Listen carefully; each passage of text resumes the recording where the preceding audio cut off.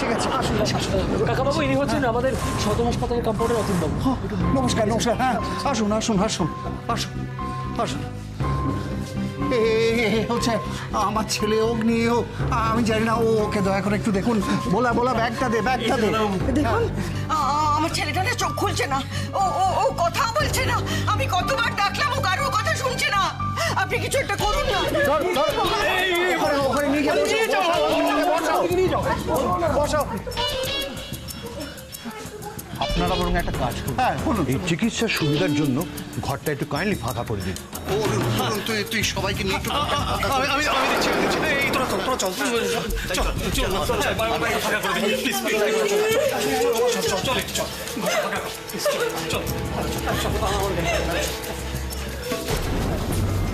দাদা, বলছি যে আমরা সবাই বাইরে আছি, দরকার পড়লে আমাদের ডাকবে। নিশ্চয়ই। মেঘলা, মেঘলা চলে আয়, বাইরে চলে আয়, ওনাকে কাজ করতে দে। চল জিনিয়া, চলে মেঘলা, চলে আয় তুই প্লিজ। চলে আয় তাড়াতাড়ি। চলো আমরা বাইরে।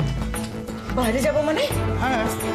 আমি অগ্নিকে এখানে রেখে কোথাও যাব না। কি অঞ্জলি? আমি কোথাও যাব না এখান থেকে। আমি ওর মা। আপনি আগেও চিকিৎসা করুন, আমি এখান থেকে কোথাও নড়বো না। এই মুহূর্তে আমার সবচেয়ে বেশি প্রয়োজন ওনার স্ত্রীকে। কোথায় ওনার স্ত্রী? আমি ওনার স্ত্রী। অঞ্জলি অঞ্জলি চলো তো, চলো আমরা বাইরে যাই। আমরা বাইরে আছি, প্রয়োজনে ডাকবেন।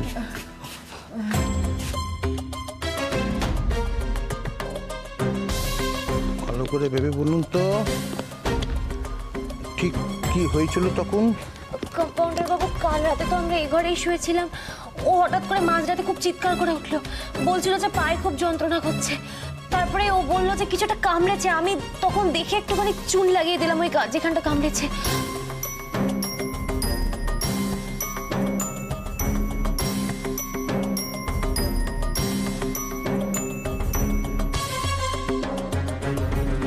সাপের তো কামড়ায়নি, এটা স্পষ্ট বোঝা যাচ্ছে। তবে দেখে তো মনে হচ্ছে কোনো বিষাক্ত পোকামাকড় কামড়েছে।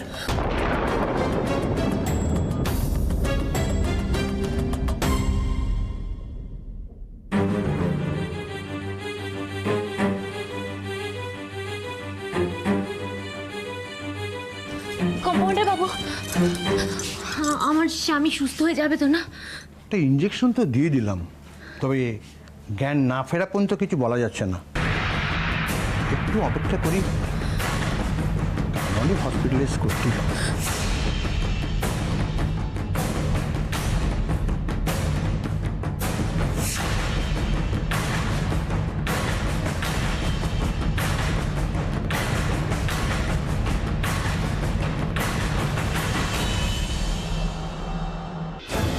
এই সব কিছুর জন্য দায়ী ওই ভাইটা।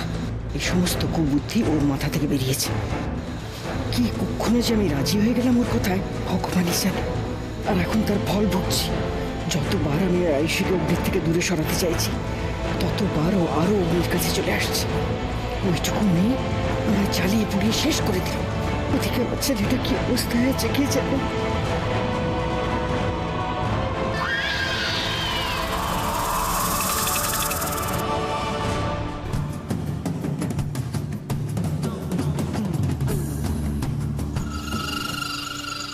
এখানে কি করছো?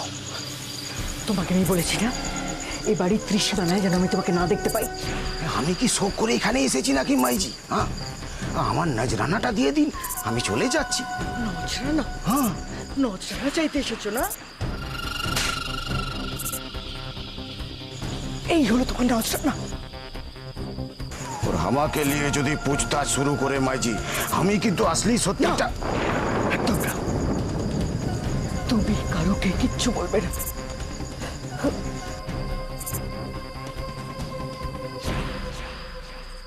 এই নাও, এটা নাও, নিয়ে এখান থেকে বেরিয়ে চলে যাও। ঠিক আছে, আমি চলে যাচ্ছি।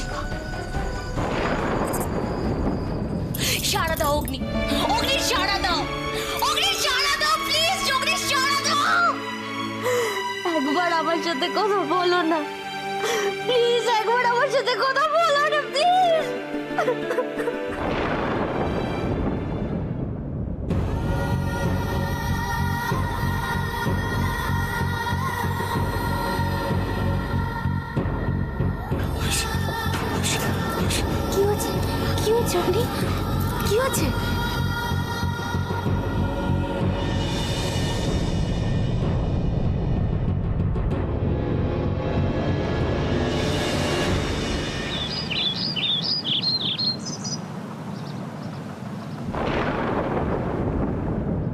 সবাই বসে আছে। কি গো, রাত পুড়িয়ে তো ভোর হয়ে গেল, এখনো তো দরজা খোলার নাম নেই। তুমি কিছু বলবে না? প্লিজ অঞ্জলি, একটু ধৈর্য ধরো, শান্ত হও। কি অদ্ভুত কথা বলো তো তুমি! আমার ছেলেকে নিয়ে জমি মানুষের টানাটানি হচ্ছে, আর তুমি আমাকে ধৈর্য ধরতে বলছো? আশ্চর্য! দরজা খোলো! দরজা খোলো! দিদি দিদি দিদি, কি করছো? ও ঘরে আমাদের কারোর যাওয়ার অনুমতি নেই। কি? আমার ছেলে ঘরে ঢোকার জন্য আমার কারোর অনুমতি লাগবে? আশ্চর্য কথা বলিস তো তোরা! শোন, দরজা খোলো! দিদি দরজা খোলো! আমি ভেতরে যাবো! দিদি আমি ভেতরে যাবো! দিদি! বিনয় দাদা বললো যে ওনার উপর ভরসা করলে আমরা অনেকটাই উপকার পাবো। প্লিজ একটু ভরসা করতে, একটু শান্ত হও। সেই বর্ষাটা অনেক করে বসে থাক। একদম সত্যি কথা। আরে রাত পেরিয়ে সকাল হয়ে গেল, কেউ বলতে পারছে না আমার জিজু কেমন আছে। কি করছে কে জানে না। দাঁড়া, আর কোনো কথা নাই, দরজা ভাঙবো।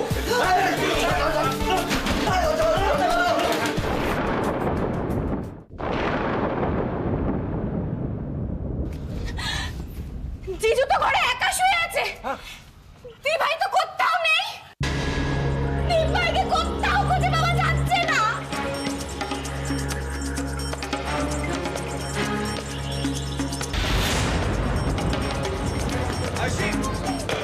বৌদি!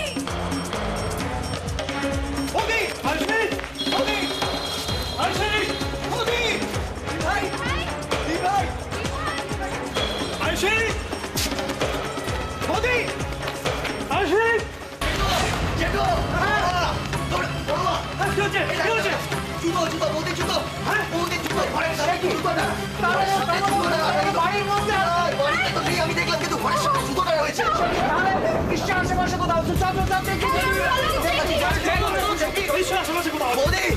বৌদি, বৌদি,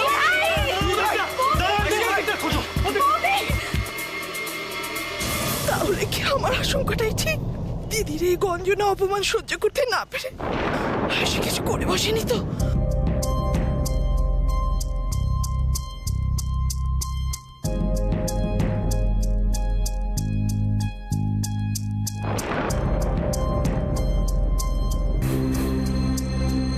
আরে ওই তো আসি।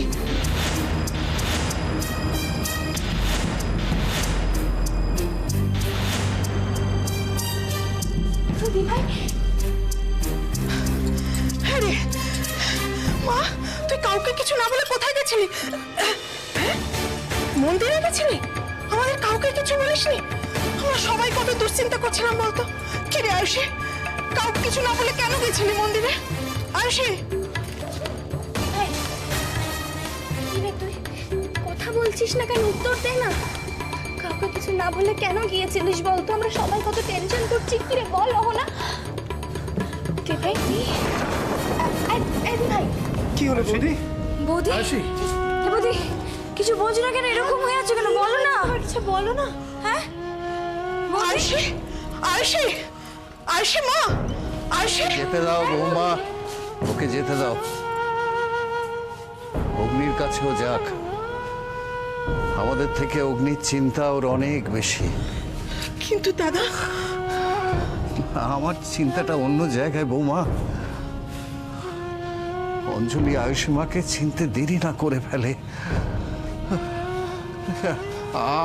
আমরাও যাই না, আমরা সবাই ভেতরে যাই। কি কি ব্যাপার একটু দেখি না ভেতরে। এসো এসো এসো।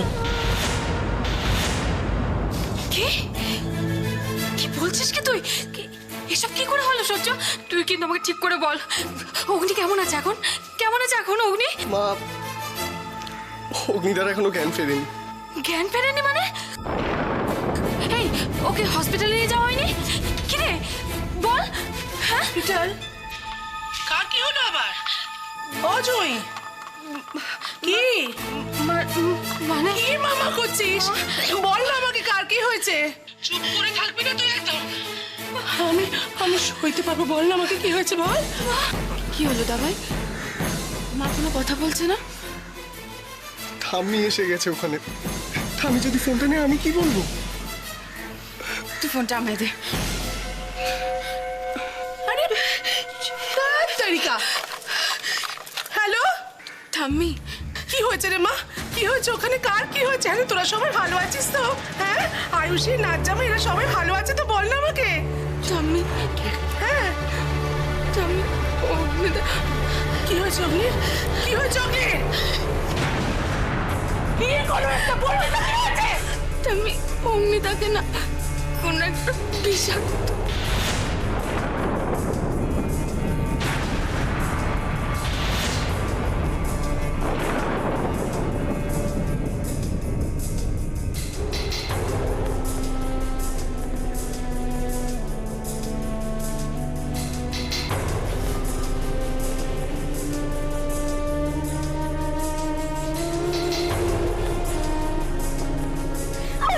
কথা বলো না, কেন বলছো না? কথা বলো।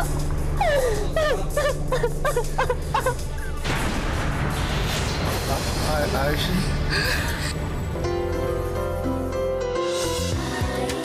কি বললে? আরেকবার বলো, আরেকবার বলো না। কি বললে? আয়ুষী, মা, মা অগ্নির জ্ঞান ফিরে গেছে। মা অগ্নির চোখ খুলে থাকেছে, আমার সাথে কথা বলছে। মা আমার নাম ধরে ডেকেছে। মা, মা ওর জ্ঞান ফিরে গেছে। কাকিমণি অগ্নির জ্ঞান ফিরে গেছে। অগ্নির জ্ঞান ফিরে গেছে। আমি জানতাম মা, আমি জানতাম ঈশ্বর তোর কথা শুনবে, ঠিক শুনবে। আরে বাবা, তুই যে অগ্নির রক্ষা কবল, তুই যে অগ্নির রক্ষা কবল মা। না কাকিমণি, আমি নই। ঈশ্বর মায়ের প্রার্থনা শুনেছে। আমার থেকে মায়ের প্রার্থনার শক্তি অনেক বেশি কাকিমণি, অনেক বেশি। মা, আপনি আমাকে ক্ষমা করে দিন মা। আমি অগ্নিকে রক্ষা করতে পারিনি মা, পারিনি। আমি আপনাকে দেওয়া কথা রাখতে পারিনি মা, পারিনি।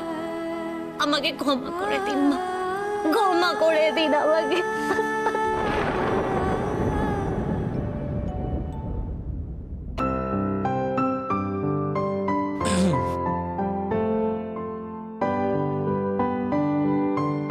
কি ব্যাপার, আপনি এখানে একা বসে আছেন? আপনি?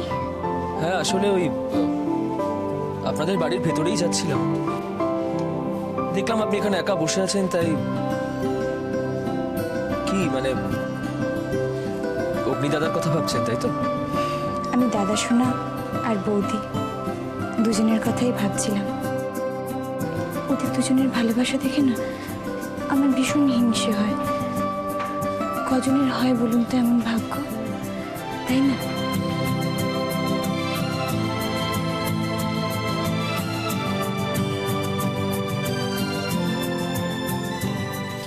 হ্যাঁ গো, কি বললেন ডাক্তারবাবু? বললেন যে জ্ঞান যখন ফিরেছে তার মানে বেটার, তবে যত তাড়াতাড়ি সম্ভব ওনাকে একবার দেখিয়ে নেওয়া দরকার। কিন্তু আমিও তো সেটাই বলছি, চলো না আমরা ফিরে যাই। আমার এখানে আর ভালো লাগছে না। হ্যাঁ, বলছি কি, বউ ঠাকুরুন ঠিকই বলেছেন, আপনারা বরং আজই রওনা হয়ে যান। অনেকদিন বাদে সবাই মিলে বসত ভিটে এলেন, কিন্তু মাঝখান থেকে কি একটা যে গন্ডগোল হয়ে গেল না, মানে কি বলবো আর।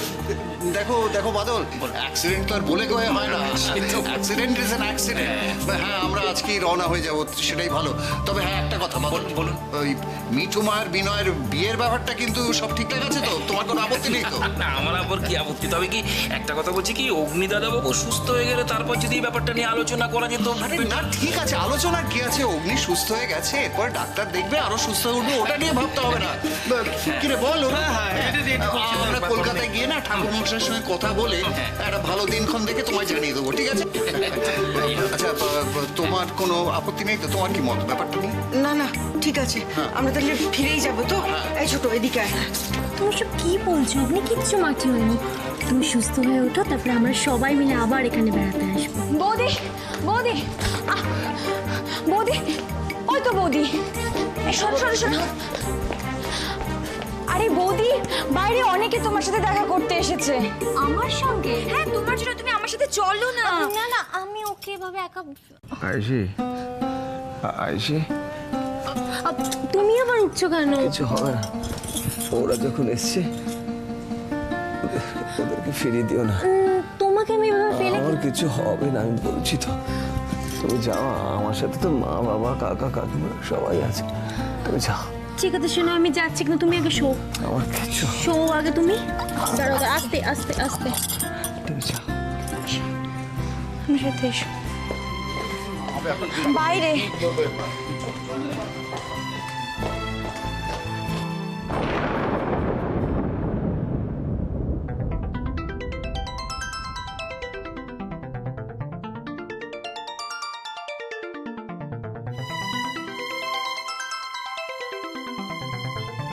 কি ব্যাপার কি? আলতা সিঁদুর এইসব নিয়ে কি হবে? দিদি দিদি শোনো শোনো, আমি বলছি কি, ওনারা যখন এসছেন তুমি চলো, তুমি ভেতরে চলো তো, চলো। আপনারা আমার সঙ্গে দেখা করতে এসেছেন এটা ভেবে আমার খুব ভালো লাগছে, কিন্তু হঠাৎ কেন? আমি তুমি একটু ওদিকে চলো। কিন্তু কেন? চলো না, চলো।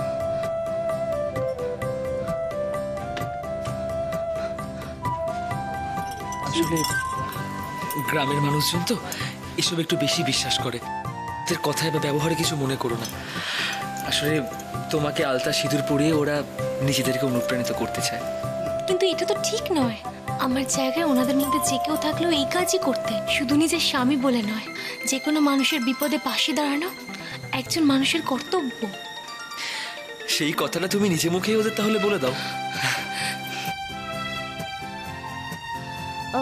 দেখুন, আপনারা এখানে কেন এসেছেন কারণটা আমাকে বিনয় বলল।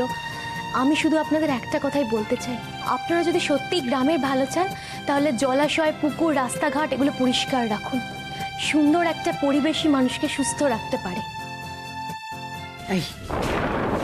এই জ্ঞানের কি বুঝছে ওরা? দিদি আরে ওরা বুঝবে না বলে ও এগুলো বলবে না। এইসব আলতা সিঁদুরের থেকে এইটা বিশেষ করে জরুরি, বুঝেছো? এই গ্রামে যেটা সব থেকে আগে প্রয়োজন সেটা হচ্ছে একটা হাসপাতাল। এই কথাটা আমি আজ এই জন্য বলছি না আমার স্বামীর বিপদ হয়েছে বলে। আমি বলতে চাই সত্যি কথাই, এই গ্রামে আমাদের আদি বাড়ি, কিন্তু এই হাসপাতালের যে প্রয়োজন আছে আমাদের মাথায় কখনো আসেনি। আজ আয়ুষীমা আমাদের চোখ খুলে দিয়েছে। আমি কথা দিচ্ছি আর যত তাড়াতাড়ি পারি এই গ্রামে আপনাদের জন্য একটা হাসপাতাল আমি খুলে দেবো। আরেকটা কথা, এই বুদ্ধিটা যখন আয়ুষীমার মাথায় এসেছে, আমার ইচ্ছে যে এই হাসপাতালের নাম হবে আয়ুষীমার নামে। আপনাদের যদি মনে থাকে। সত্যি দিদি, তোমার বৌমা বড় পয়মন্ত। তুমি ভাগ্য করে ছেলের বউ পেয়েছো দিদি। স্বামী সোহাগে মা খুব ভালো থেকো, ভালো করে সংসার করো। হওয়াচ্ছি আমি তোমাকে স্বামী সোহাগিনী। এই সব কিছু তুমি সুদে আসলে ফেরত পাবে। কিছু মনে করবেন না, এবার আমাদের অনুমতি দিন, আমাদের অনেকটা পথ যেতে হবে। আমরা আজকেই চলে যাব, তবে আমি কথা দিচ্ছি খুব শিগগিরই ফিরে এসে হাসপাতালে কাজ শুরু করে দেবো।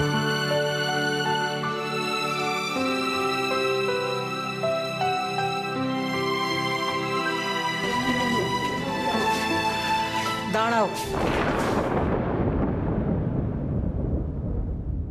তোমার সঙ্গে আমার কথা আছে। গাড়িতে যেতে যেতে কথাগুলো শুনলেই তো হয়, চলো। না, ব্যাপারটা খুব জরুরি। কাল অগ্নির ওপর দিয়ে যা ফাঁড়া গেল, তাতে আমাদের কুলদেবীর মন্দিরে পুজো না দিয়ে এখান থেকে বেরোনো যাবে না। আজকেই কেন করতে হবে এটা? পরে না হয় ভালো দিনক্ষণ দেখে পুজো দিলেই হবে। কারণটা বললাম তো তোমায়। অগ্নি আর আয়ুষী একসাথে মায়ের পুজো দেবে আজ, তবেই আমি বাড়ি ফিরব। ও, সবই যখন ঠিক করে রেখেছো তাহলে আমাকে জিজ্ঞেস করার দরকার কি? যা মনে হয় সেটাই করো। আমার মনে শান্তি হবে তোমাকে বনবাসে পাঠালে, সেই ব্যবস্থাই করছি আমি। দেখো এবার কি হয়।